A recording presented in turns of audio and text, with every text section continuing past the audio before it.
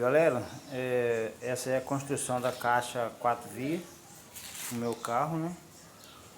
Como eu já mostrei nos vídeos, né? Eu já escolhi o local onde vai ficar os módulos, que são lá atrás. Porém, o processador,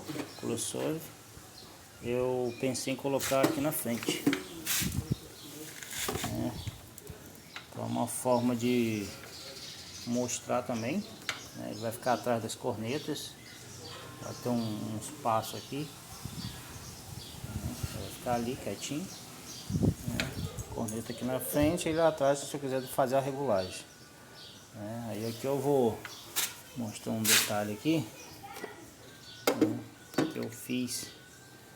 Se vocês observarem, ele tem um pino. Eu fiz um furo com uma broca mais fina e enfiei esse pininho aqui que em vários lugares da cidade a gente encontra, né?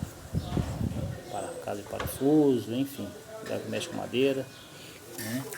E fiz um furinho aqui também, né? E eu vou bater aqui agora para ele encaixar lá, ficar encostado à parede, e vou parafusar por baixo, porque como aqui eu não tenho apoio, ele pode ficar móvel, né? Então fiz esse apoio, né? E aqui, como eu tenho um espaço aqui, eu vou parafusar por baixo, então acredito que vai ficar firme, né? Então fica a dica aí, onde esse crossover aí vai entrar. E aí, ó, aqui onde vai pegar o de RCA, eu vou fazer as furações aqui.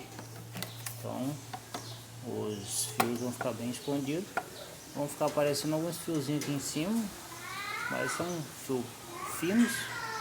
Eu acredito que vou fazer algum acabamento aqui ainda.